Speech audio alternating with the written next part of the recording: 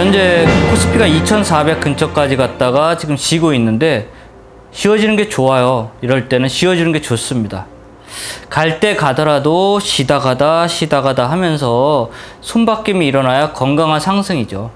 그리고 앞으로 기대할 만한 게 스튜어드십 코드인데요.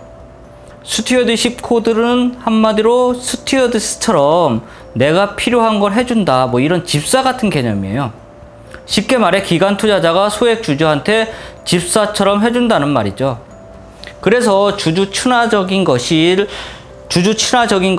경영진에게 요구할 수 있다. 그럼 만약 회사가 주주 친화적으로 하고 싶지 않다면 어떻게 할까요?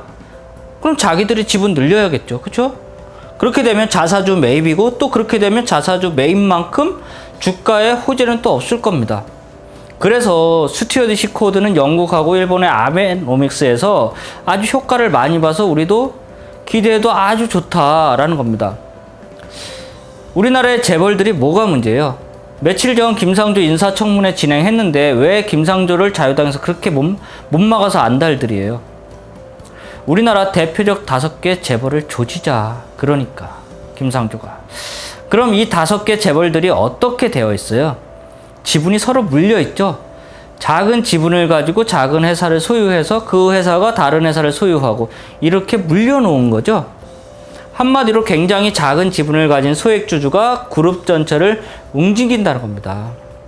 근데 이게 지금까지 가능했던 게 우리나라가 스튜어드십 코드가 없었다는 거예요. 재벌들은 작은 지분을 가지고 돈을 적게 들여서 기업을 경영하면서 경영권을 방어하기 위한 비용도 안 들였다는 거죠. 그리고 그 말은 반대로 다른 주주들한테 피해가 돌아갔다는 거죠. 이게 첫 번째고, 그리고 두 번째, 우리나라는 배당 소득을 숨길 수가 없죠. 배당 소득을 못 숨겨요. 그래서 자꾸 배당을 줄여요. 코스닥이 12월 중순까지는 지수가 내려갔다가 그 이후부터는 다소 올라가는 경향이 있는데요. 이게 왜 그래요? 왜? 대주주 지분 되면 주식 양도세를 내야 하잖아요. 그래서 손실을 보는 게 세금 때려 맞는 것보다 낫기 때문에 지분을 줄여놓는 거죠. 그건 재벌들도 마찬가지겠고, 그리고 세금 피하려고 배당을 일단 작게 줘요. 작게 주고 배당을 작게 주면 이걸 재투자하든지 현금을 갖고 있든지 할 거 아닙니까? 근데 이 회사 경영권은 누가 지고 있어요? 재벌이 또 지고 있죠. 그럼 차라리 배당 안 받고 이걸 마사지 해주는 게 나을 거 아닌가. 마사지 해주는 게 나을 거 아니에요. 그러니까 지금 말한 이 두 가지 순환 구조와 저배당이 우리나라의 큰 디스카운트 요인이었다는 겁니다. 코스피가 3,000, 4,000은 돼야 하는데 2,000에서 왔다 갔다 하는 이유가 저 위쪽에 북한 김정은도 있지만 그것보다 이 두 가지가 컸다는 겁니다.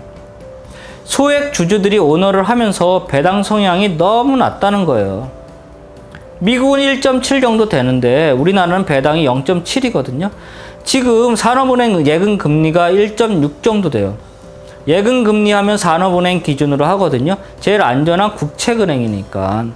가장 안전한 은행 산업은행이 1.6이라고 봤을 때 만약 배당 성향이 1.4만 된다고 치면 주가가 떨어지면은 1.4% 받고 주가가 올라가면 그건 아주 땡큐죠. 그럼 0.2% 포기하고 묻어둘만 하잖아요. 그리고 전 세계의 배당주 펀드들의 자금이 엄청납니다. 이런 형태의 투자가 세계에 엄청 많기 때문에, 그런데 이 돈들이 지금 우리나라에는 안 들어오고 있어요. 왜? 배당 성향이 너무 지랄 같으니까.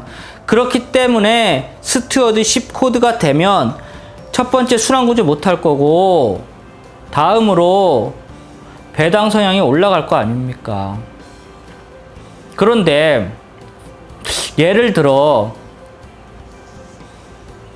삼성전자가 있다고 칠게요. 삼성전자. 예를 들어서 2.3%가 실효 지배를 하고 있었어요. 근데 연기금이 23%가 있었어. 지금까지는 연기금이 섀도우 보팅을 했었거든요. 예를 들어서 삼성물산 합병을 할 때 어떻게 하냐면 다른 주주가 6대4가 나오면 연기금 6대4 그대로 묻지로 따지지도 않고 같이 묻어갔어요. 지금까지 이러고 있으니까 나머지 소액 주주들도 2.3% 가진 애들한테 좌지우지 된 거죠. 그런데 여기서 더 웃긴 거는 이번에 섀도우 보팅보다 더했던 건 이번에 국민연금 쪼아서 삼성 편에서 의결권 행사한 거잖아요. 아직 결론은 안 났지만 어쨌든 지금까지의 정황은 이건 어떻게 보면 안티 스튜어드십 코드지. 그렇죠? 근데 연기금이 주주 친화적으로 돌아서면 재벌은 자기 지분 높여야 하잖아요. 그 수밖에 없잖아요. 경영권을 확보하려면. 근데 지금 삼성전자가 왜 이렇게 되었겠어요? 삼성전자가 최근에 엄청 뛰었잖아요. 이미 올라가서 고점 징후를 보이고 있는데 퀀텀 점프를 해버리잖아요. 그걸 보면 힌트를 얻을 수 있어요, 우리가. 삼성전자가 점프를 할 수 있었던 이유가 거의 200만원 넘어가지고 숨을 헐떡거리며 이제 좀 쉬어가자 이 얘기를 하고 있는데 그때 이재용이 잡혀가죠. 그리고 이재용이 잡혀간 이유가 또 뭐예요? 국민연금이 문제가 되었잖아요. 그런데 왜 이재용이 그렇게 했을까요? 상속 문제이긴 한데 이게 살펴보면 주 삼성은 없잖아요. 주 LG는 있어도. 그래서 삼성물산을 가지고 지주화를 하려고 했던 거죠. 정황상. 그러면 이재용이 삼성물산만 많이 가지고 있으면 그룹 지배가 가능할 거 아니에요? 이런 큰 그림을 그리고 있었다는 거죠. 정황상. 그래서 이걸 어떻게 하면 좋은가 머리 좋은 애들이 모여서 짱구를 굴렸는데 예전에는 시비 발행 이런 것들은 하도 많이 알려져서 이제는 안 되고 이건희 법 이런 게 있으니까 그래서 새로운 컨셉을 창조한 거죠. 우리 창조경제 좋았잖아요. 창조. 그래서 창조를 해낸 게 그게 바로 삼성물산의 지주화. 그 상태에서 보니까 돈이 너무 많이 들어. 어쩐다 고민하고 있는데 갑자기 나 말 사주면 도와주겠다라고 하는 그 한 분이 계시니까 다른 애들은 돈 뜯기는 모양새인데 얘네만 먼저 나서서 크게 한 방 확 질러주는 거죠. 우리가 원하는 건 블라블라 이거다라고 쪽지 쭉 찔러주니까 국민연금을 압력 넣어서 이렇게 했다는 게 검찰의 의견이잖아요. 이게 맞든 아니든 우리는 상관없고 이제는 그게 다 뽀롱이 정황상 났잖아요. 거기에 이재용이 계속 구속수사를 받고 있고 그런데 만약 정황상 의심하고 있는 것을 강행한다면 어떻게 될까요? 삼성이 정말 그러려고 말 사줬나? 정황상 증거가 사실이 되어버리잖아요. 이해되시죠? 그래서 이제는 컨셉을 바꾸자. 우리는 너네들 생각처럼 그럴 생각이 아니었다. 그래야 되잖아요. 그렇죠? 일단 삼성은 그럴 생각이 아니었다 하는데 이게 시장이 믿어줘야지. 그래서 삼성전자가 삼성물산을 사려고 꼬박아뒀던 돈을 가지고 나를 믿어줘 그러면서 행동으로 보여줄게 해가지고 자사주를 사서 다 불살라버립니다. 그게 얼마냐? 360조짜리 회사가 50조를 사서 불태워버린 거예요. 말 그대로 몸빵을 한 거죠. 몸빵. 그러면 상식적으로 360조에서 50조니까 7분의 1이 날아간 거잖아요. 그럼 15% 올라가야 하잖아요. 그래서 바로 점프를 해버린 겁니다. 그러니까 이 얘기를 왜 하냐면 이렇게 주저리 말이 길게 얘기를 했냐 하면 스튜어디십 코드는 이걸 구조화시키겠다는 겁니다. 그럼 주가가 안 올라갈래요? 안 올라갈 수가 없죠. 이게 제대로만 된다면 안 올라갈 수 없습니다. 일단 이번 정부의 문재인 정부의 의지는 확고하니까요. 그리고 배당 성향이 올라갈 거 아닙니까? 그럼 장기 보유 주주들이 가장 좋아하는 게 뭐예요? 우리 그러신 분들 많잖아요. 주식 어느 종목 A 종목 B 종목 사놓고 좀 떨어지면 나 이거 아들 물려줄 거야 손주 물려줄 거야 하시는 분들, 그분들의 생각 주가는 어차피 오르락 내리락 하면서 언젠가는 오르는 거야 하면서 지금 나는 안 써도 돼 묻어두잖아요. 근데 그 사이에 은행 이자만큼 또는 그것보다 더 짭짤하게 배당 나면 땡큐죠. 근데 배당은 어디서 결정해요? 이사회에서 결정하죠.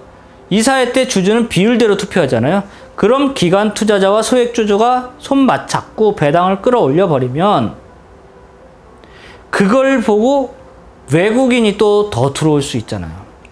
왜? 외국인은 이걸 굉장히 좋아합니다. 배당 수익 모델, 이건 교재에도 나와 있거든요.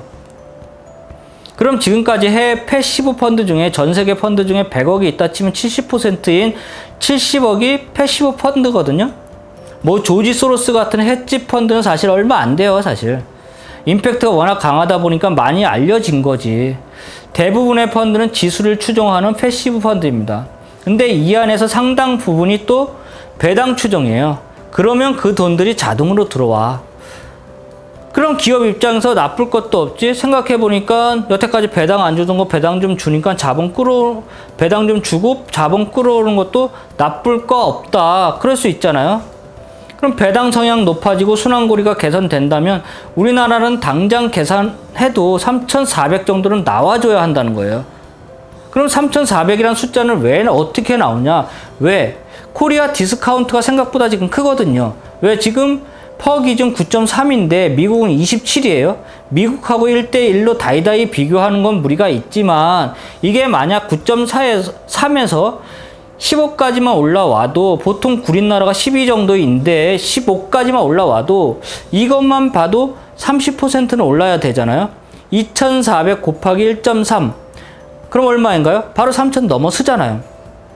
그리고 거기에 증시는 기대감이니까 플러스 알파가 붙는 거죠. 그러니까 지금 3,000은 기정사실이라고 보는 게 저는 보고 있습니다. 저의 의견입니다. 이건 시간 문제지. 시간 문제라고 보고 있는 거예요. 4,000 근처까지 갔다가 장렬히 전사할 것 같다라고 보는 겁니다. 이번 시즌의 레벨업은 거기까지.